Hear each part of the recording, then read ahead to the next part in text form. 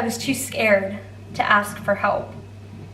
And I should have asked for help, because there were people around me now that I know would have helped me had I stepped up and taken the initiative to advocate for myself. But you're stuck in the middle of a moment, can't crawl out of where you are, only steps away, the world's okay, but you can't see that far.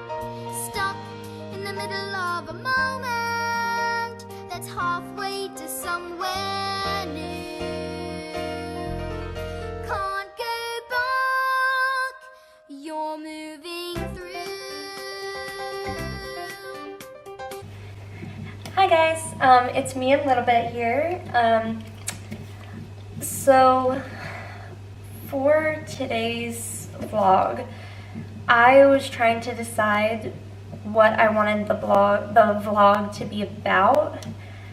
And originally I was gonna do like a gear post, kind of showing all the gear we have, what types of gear, and different things. But then I decided I've never really done any videos talking about why I have a service dog, what exactly all my disabilities are, and also some news I got recently about a new diagnosis that actually gave me some answers to a couple of things that have been going on. So yeah, I just want to share that with you guys, and I know it's kind of, I'm being very, very, very vivid, or rather I guess not vivid, but I feel like I need to share it with you guys because I really need to put it out there, and I feel like it'll maybe help some other people as well.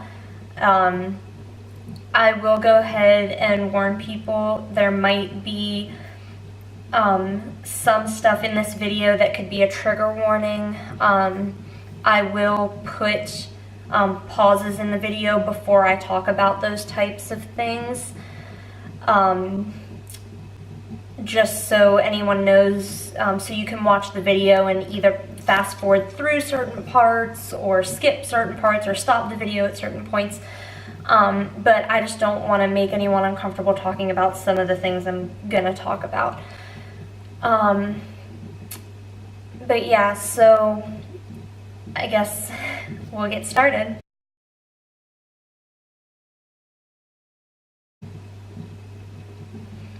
So the first thing that I want to talk about is obviously the disability that I have had for the longest amount of time.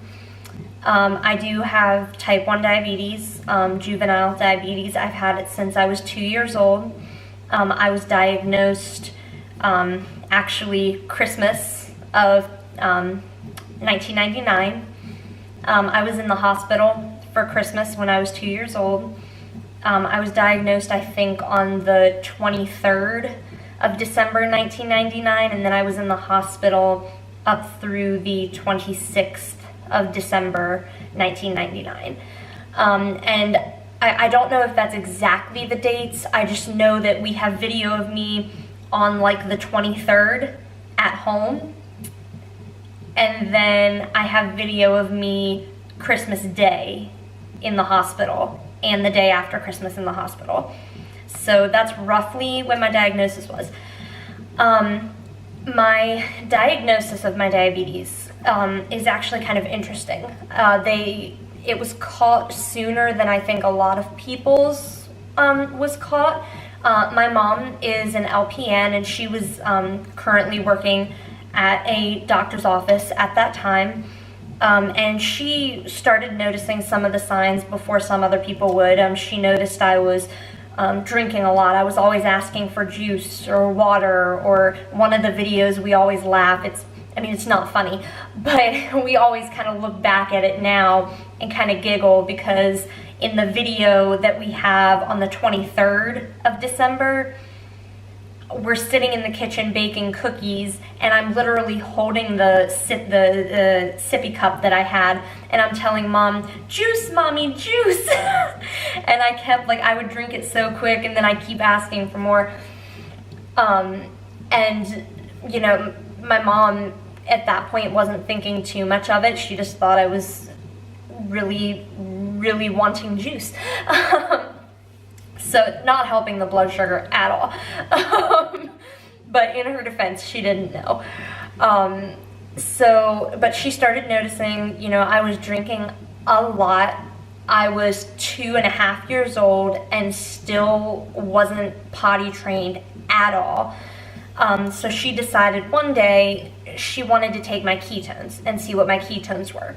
For those that don't know, ketones build up in the urine. It's pretty much, it's testing for fat cells in the urine, and it doesn't necessarily diagnose diabetes because you can have ketones from other things, but in diabetics, when you have really, really high blood sugar, you start having fat pour out into your urine, which causes ketones.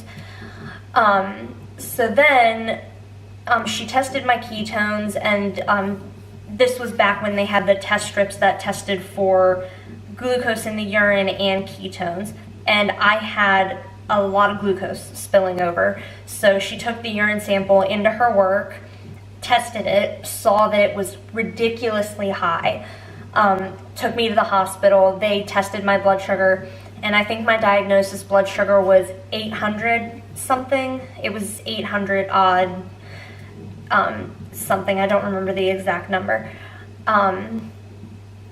So that's when I was diagnosed.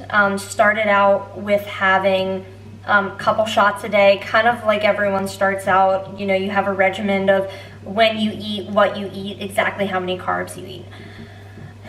Did that for a while. After about a year or two, started doing the injections based off of when I would eat, but still had a pretty tight schedule and tight count of carbs that I had to stick with at every meal, every single day.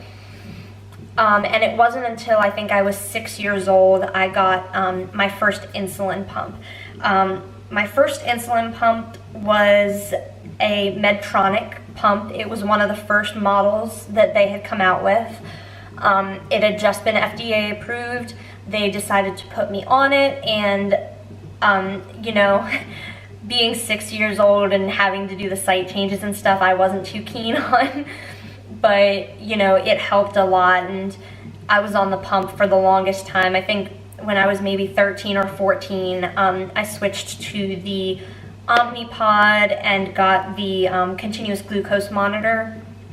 And then I ended up getting rid of the Omnipod around when I was 17 and went to doing the insulin pens.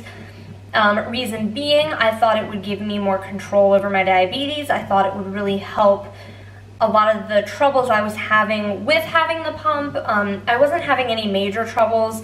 It was just, I was to the point, I was looking at colleges, and I wanted to go to school for musical theater, vocal performance, or something in the arts. And I knew that, you know, going to auditions and stuff, I was concerned about not getting cast in things because I had a pod hanging off my arm or on my leg or my stomach or wherever I had my pod at the time. And so I decided, you know, I want to do the pens to have a little more freedom in my career choice. So I went back to the pens. I started really losing control with my diabetes, and I will be really honest, I was not checking my sugar as much as I should have been. I was not giving shots when I should. I wasn't dosing for meals. It was really, when I turned about 17, I started really hitting more of a rebellious stage where I just didn't want it anymore. I was done. I was hospitalized 3 times, or 4 times over the course of a year, diagnosed with ketoacidosis, which recovered from being in the hospital, getting fluids, insulin, and everything. And I started to actually lose some of my sight, which really, really scared me enough into really starting to take care of myself. one of the things that did happen during that time that is now irreversible, I do have, sorry, that was my phone. I do have some neuropathy in my feet and legs that is irreversible. I will always have it now. I really regret the decisions I made when I was 17. But I can't go back and change what happened now, and I'm not gonna try to sit and dwell on it because, you know, I can't go back and change the things I did. But yeah, so, and then I decided about a year and a half ago, I went back on the pump, and I now have the Tandem T-Slim X2 pump, and I'm working on getting the Dexcom continuous glucose monitor again to be able to monitor it more closely so I don't have as many drops to the low side or to the high side. I will still have a little bit for my Diabetes Alert, just because she can still sense it before the sensor can in most cases. So that's why, and it'll eliminate the blood sugar checks and the finger pricking. But that's the diabetes. So that was the first one. So now getting into the second one.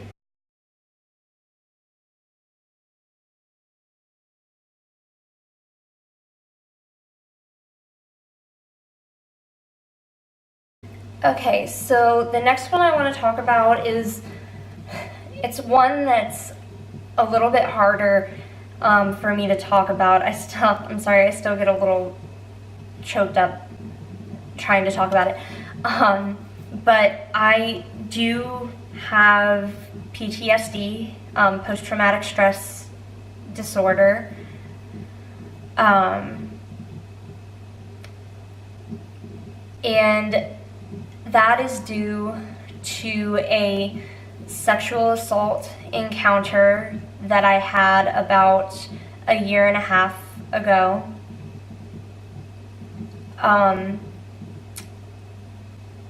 Long story short,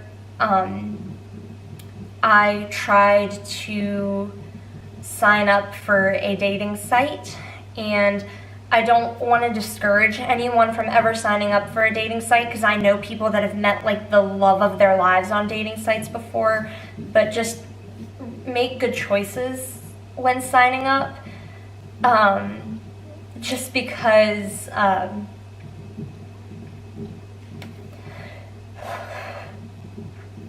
you know, I know that I shouldn't be blaming myself for what happened, but there are some choices that could have been made better in that situation. But a couple months after it happened, I actually found out that or not a couple months, it was about a month after I found out that I was pregnant from it, and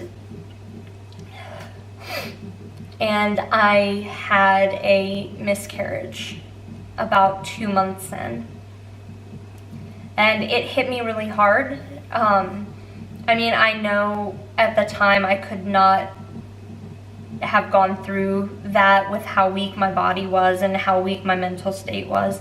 I couldn't have gone through that. In the same time, I was diagnosed with anxiety, depression, was having a lot of trouble just doing everyday life and doing things that need to be done in everyday life. I was working a full-time job. I was having trouble getting up and trying to go to work. I was having trouble getting up to like go to the grocery store or go to doctor's appointments. But that is why I am diagnosed with PTSD. I know a lot of people get really confused when I tell them that I have PTSD or that I'm diagnosed with PTSD. And obviously the first thing that comes to mind, like with most people, is, oh, like you were in the Army, the military, Navy, or whatever branch, and it then becomes this thing almost, I don't want to say of shame, but it becomes this thing of, no, it's non-combat PTSD, it's from this. And it's hard to talk about. I've gone through therapy and counseling, and I still am going through therapy and counseling for these things. And I mean, it's always going to be a part of me. I still will get panic attacks from it. I still get night terrors from it. I still have triggers that send me into panic attacks or send me into PTSD episodes, which Lil Bit has really helped me with. She knows how to do deep pressure therapy. If I start to have a panic attack, most of the times she can stop a panic attack before I even have one. But it's just, I had a rough time in my life for about a year last year, and that was a big part of what made that year so difficult, because it takes a lot out of you when something like that happens. And it's not easy to talk about, it's not easy to put out there, and it just,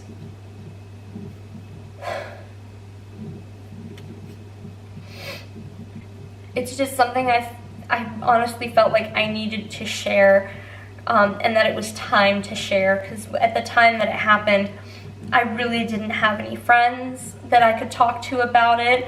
I wasn't seeing a therapist, I wasn't seeing a counselor, I wasn't seeing a psychiatrist, I had nothing. I honestly was internalizing it all and trying to either sleep all day or go work as much as I could to put it in the filing cabinet in the back of my brain so it wouldn't come out and I wouldn't think about it constantly, because that's when I started to get into really dark places, when I would think about it and dwell on it and worry about it. But that's one thing that I felt like I really needed to share with everyone, because that's one of the main reasons I do these vlogs. I do it because I put stuff out there that I want to share, and I put it out there in hopes that it'll help someone that maybe was like me when I was at that point. And I want to tell you, do not be scared to ask for help. It's not shameful. It is not anything to be discouraged by. And if you are going through something like this, it's gonna get better. I promise you it's gonna get better. It took a while for me because I was too prideful, and I was too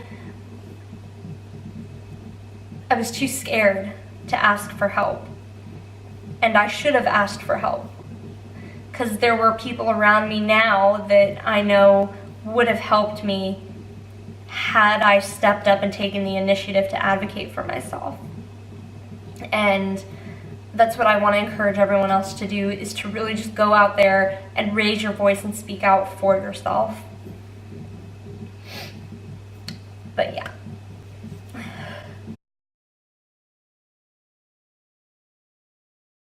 Alright guys, off of the really deep stuff here. The next thing most people don't really know about yet, it's very recent, and when I say recent, like the diagnosis I got last week. Anyone that follows me on Facebook or Instagram might already know. I haven't really said a whole lot about it yet, but I guess I'll just go out and say it. I was diagnosed with POTS last week. It's Postural Orthostatic Tachycardia syndrome. It's pretty much it's pretty much, for those that don't know, POTS is a autonomic disorder which causes it to affect your nerves and the way that your blood flows. It causes you, when you stand up, to sometimes feel really lightheaded or dizzy, and sometimes have fainting episodes due to not having enough blood to the brain and not enough blood getting to your legs and your arms.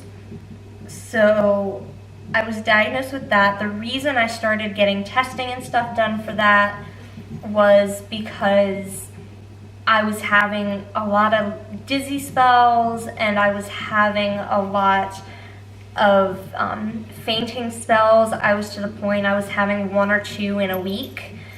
And I decided, my primary doctor suggested that I get an oximeter, which is the heart monitor that just goes on your finger and it tests your oxygen saturation and your heart rate. So I got one of those, and I started throughout the day, whenever I'd start to feel weird or feel dizzy or feel like I was going to have a fainting episode, I would test my heart rate. Whenever I was laying down, my heart rate was sitting at about 85, which is a normal resting heart rate. And then whenever I was sitting, it would go up to like the 90s.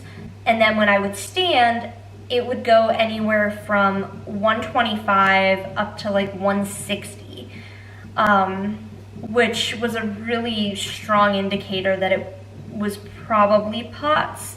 But we didn't want to just diagnose me then and there off that, so she referred me out to a cardiologist who decided, she did an EKG on me, which is obviously the main test when you're testing for the heart. EKG came back completely normal. She then ordered for me an echocardiogram, a stress echocardiogram, and a tilt table test. So I had the regular echo, came back completely normal. Had the stress echo, came back completely normal. Then the tilt table test was not so normal. The tilt table test gave us a lot of answers, and I actually, on my phone, I've pulled up the what my results were, because they go minute by minute, what your heart rate was, what your blood pressure was, and if you had any symptoms, because they ask you throughout the test, are you feeling, or how are you feeling? Do you have any symptoms? Are you feeling dizzy, lightheaded, etc., etc.? So my supine, which is when you're laying down completely flat, my heart rate was 90 and my blood pressure was 136/78. For me, my blood pressure sits usually right around that 130/75 range. So it sits pretty normal, and my heart rate is pretty normal as well. The only reason it was a little high is because I was a little nervous about the test. They got me straight up. It wasn't one of the tilt tables where you're flat and they kind of go a little, a little, a little, a little. It was just here up to here, standing in about 30 seconds. So it was 1 minute in, my heart rate had already gone up to 112, and my blood pressure was 133/82. At 2 minutes, my heart rate was 117, and my blood pressure was 127/81, and I had had no symptoms or anything yet. After 3 minutes, my heart rate was 115, blood pressure was 122/88. 4 minutes, my heart rate was 121, blood pressure was 126/80. After 5 minutes, my heart rate was 122, blood pressure is 128/78. After 6 minutes, my heart rate was 123, blood pressure went to 126/76. This is where I notated to the person administering the test that I was starting to feel slightly lightheaded. Then my heart rate went to 108, and blood pressure was 134/66. I stated and notated to her that I was starting to not feel as lightheaded. Then it got really interesting because my heart rate went to, was still at 108, but my blood pressure went down to 82/56, and I started to feel dizzy and nauseous. Then at 9 minutes, my heart rate was 60, and my blood pressure was 54/37, and I told her I felt like I was going to pass out. She tried to keep me going for another minute, but I couldn't. She noticed I was starting to get pale and was starting to slur my words, and she knew that I was going to have a syncope episode if she didn't stop the test. So she stopped, and laying down in the recovery was 4 minutes long. My heart rate went from 82 back down to 81. After the recovery, my blood pressure started recovery at 78/50, got back up to 123/80 after 4 minutes. They wrote in the notes, they put, it was an abnormal tilt table test. Patient initially felt dizziness with tachycardia and stable blood pressure. Patient then had vasodepressive event causing near syncope with sudden drop in heart rate from 123 to 60, with sudden drop in blood pressure from systolic 134 to a systolic of 58. Orthostatic hypotension followed by vasodepressive near syncope. So essentially, that is how they diagnosed me with POTS. They said that they think the lowering heart rate was because I was about to pass out. So, because all my muscles and nerves kind of just went bleh, for lack of a better word. So that is why they decided to diagnose me with POTS. Luckily, Lil Bit has started to somewhat alert when I start to have a higher heart rate, to then figure out, you know, I try to figure out when she's trying to let me know that my sugar's low and when she's trying to alert to my heart rate going high. So a lot of times now I'll pull out, I have a wrist blood pressure cuff that measures blood pressure, heart rate. I'll usually, if she alerts, I'll put it on, see what my blood pressure, heart rate is at, and I go based off of that. If it's normal, I'll check my sugar, and a lot of times if she didn't alert to it being my heart rate, she alerted because it was my blood sugar, and vice versa. So yeah, that one is getting a little more difficult to deal with, reason being, because of my asthma, they can't put me on a beta blocker to lower my heart rate, which is a bit of an issue because the beta blocker is what is normally used to treat people with POTS. So then they decided, well, you know, since your blood pressure is also plummeting, we want to give you something to maybe have your blood pressure go up, but what they want to give me is a steroid. Because I'm diabetic, I can't have steroids. So reason being, steroids tend to weaken the immune system. I already have a really weak immune system, so it can be really dangerous for me to try and take a steroid. I talked to my endocrinologist about it, and he said absolutely not. I don't think it's a good idea. It could really, you know, be a dangerous risk. Like, yes, it'll help the POTS, but it won't necessarily help anything else going on right now. So we're trying to figure out what exactly to do, because I can't go on either of those medicines. I have to be really careful with a high sodium diet because of my diabetes. The diabetes already affects my kidneys. Doing a high sodium diet can also very much affect the kidneys. So I just have to be really careful with how we go about treating this and getting a treatment plan. Currently I'm trying to get in with a cardiologist or neurologist that specializes in autonomic disorders to be able to get a treatment plan in place for everything that's going on currently with the POTS. So I'm currently on not much of a treatment plan other than drinking a lot of fluids and trying to do more salt in my diet, but not so much that it's dangerous. Because that's really all we can do right now until we figure something else out. But yeah, so that is everything.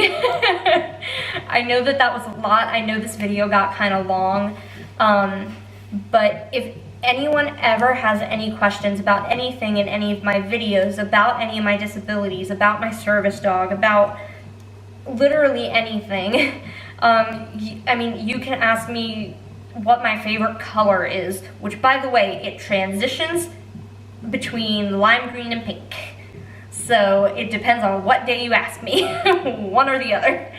But no, honestly, guys, if you ever want to ask me any questions, you can either email me at my YouTube email page. It's therescuedservicedog@gmail.com. And if you don't feel comfortable emailing, you can feel free to follow me on Instagram. My username on Instagram is rescued_service_dog.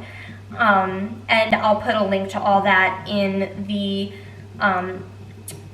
description so you all can find it easily. But by all means, feel free to message me, follow me, and I will answer anything I can to the best of my ability. So yeah, you guys have a great weekend, and I hope to be back with another video soon, possibly about the one I originally was going to do today about all of our gear and everything. I hope to post next week, but we'll see what happens depending on work and how I'm feeling. That's why I kind of post these videos not on a schedule. Originally, I was gonna have this whole schedule where, like, okay, I film a video Monday and Tuesday, then I post it on Wednesday, or I post one on Wednesday and then one on Friday. It's not gonna happen like that. I can't stick to a schedule like that. I just kind of post as I feel I need to post. But yeah, so thank you everyone for watching today. Don't forget to like and subscribe to our channel, and we look forward to answering any questions you have, and, you know, keep barking on. Stuck in the middle of a